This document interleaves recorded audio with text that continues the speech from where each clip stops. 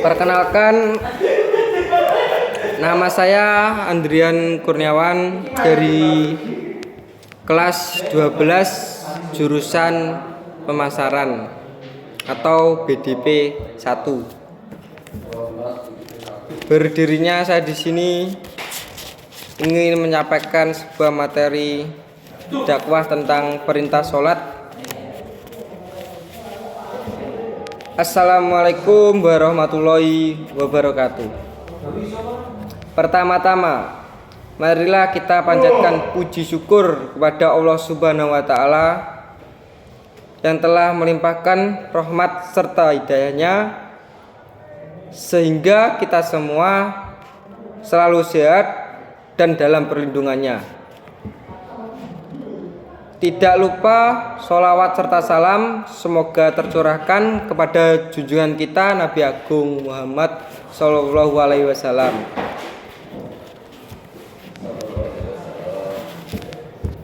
Pada pagi yang cerah ini, izinkan saya menyampaikan sebuah materi yang berkaitan dengan sholat.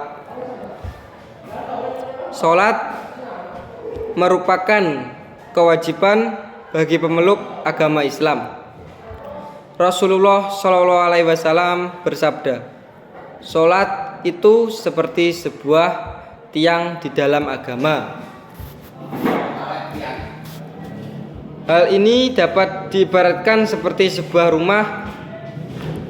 Jika tidak mempunyai tiang maupun tembok sebagai penyangga, pasti akan roboh dan tidak dapat berdiri. Mengingat betapa pentingnya sholat, maka orang yang sedang sakit pun tetap diwajibkan sholat. Apabila tidak mampu berdiri, bisa sembari duduk atau tiduran sesuai ketentuan yang telah diatur. Rasulullah Shallallahu Alaihi Wasallam pernah berkata, kalau manusia mengetahui bahwa pahala sholat subuh dan asar, maka setiap orang akan mendatanginya walaupun harus merangkak. Hal ini menjadi bukti begitu besarnya pahala dari mengerjakan sholat.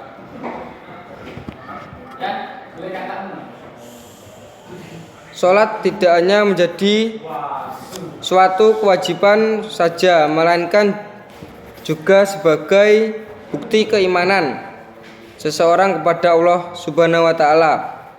Di dalam Quran surat Al-Ma'un ayat 4 sampai 5. Fa'udzu billahi minasyaitonir rajim. Bismillahirrahmanirrahim. Fawailul lil musallin, yang artinya celakalah mereka yang sholat, yaitu orang-orang yang telah lalai dengan sholatnya. Orang-orang yang tidak mengerjakan sholat maka akan celaka dan rugi. Jika sholat seseorang baik, maka amalan yang lain ikut baik. Namun apabila sholatnya buruk, maka amalan lainnya juga buruk. Setiap syariat yang ditetapkan dalam Islam pasti menyimpan hikmah dan keutamaan bagi pelakunya. Ada banyak keutamaan melaksanakan sholat bagi umat Islam. Di antaranya yaitu yang pertama, sholat bisa menenangkan hati. Sholat tidak hanya membawa pahala bagi pelakunya, tetapi juga menciptakan ketenangan hati. Keutamaan ini tertulis dalam hadis riwayat An-Nasa'i dan Imam Ahmad bahwa ibadah sholat dapat menjadi penyejuk hati.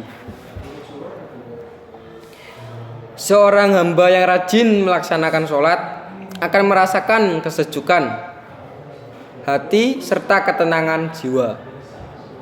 Ia pun tidak mudah gelisah dan merasa bingung. Adapun hati yang luput dari mengingat Allah, kelak ia tidak akan mau mendekat dan memohon kepadanya. Efeknya, hati terasa semakin kering dan tandus, disengat panasnya hawa nafsu dan syahwat yang membara. Semoga kita tergolong orang yang lalai ingat kepada Allah, sebab Allah memberikan peringatan di dalam Quran surat Az-Zumar ayat 22 yang berbunyi, A'udzu billahi minasyaitonir rajim. Bismillahirrahmanirrahim. Au faman syarraha lahu satrahu lil islami fahuwa ala nurim mir rabbih fawailul lil khosiyati qulubuhum mim zikrillah ulaika fi dhalalim mubin. Yang artinya, maka kecelakaan besar bagi mereka yang hatinya membantu untuk mengingat Allah. Sungguh mereka dalam kesesatan yang nyata. Yang kedua, dengan sholat bisa mendapat kemuliaan hidup. Keutamaan ibadah sholat berikutnya adalah mendapat kemuliaan hidup.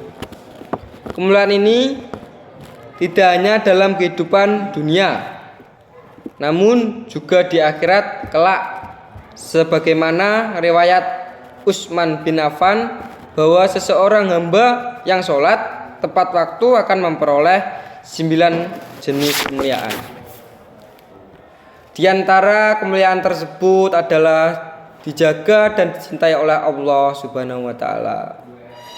Hidupnya senantiasa diberi kesehatan jasmani ataupun rohani. Selain itu, rumahnya mendapat keberkahan hingga dijauhkan dari pedihnya siksa neraka.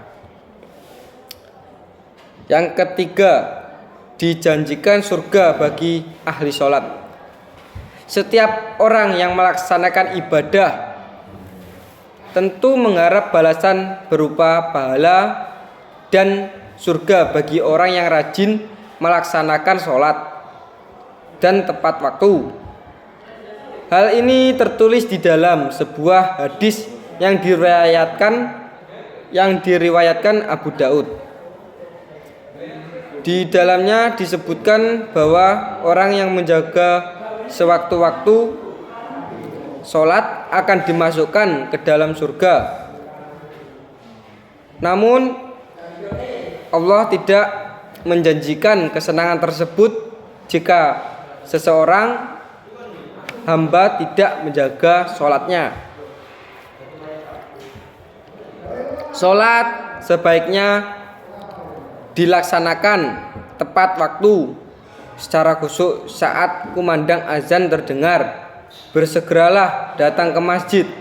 Namun untuk perempuan lebih diutamakan sholat di rumah.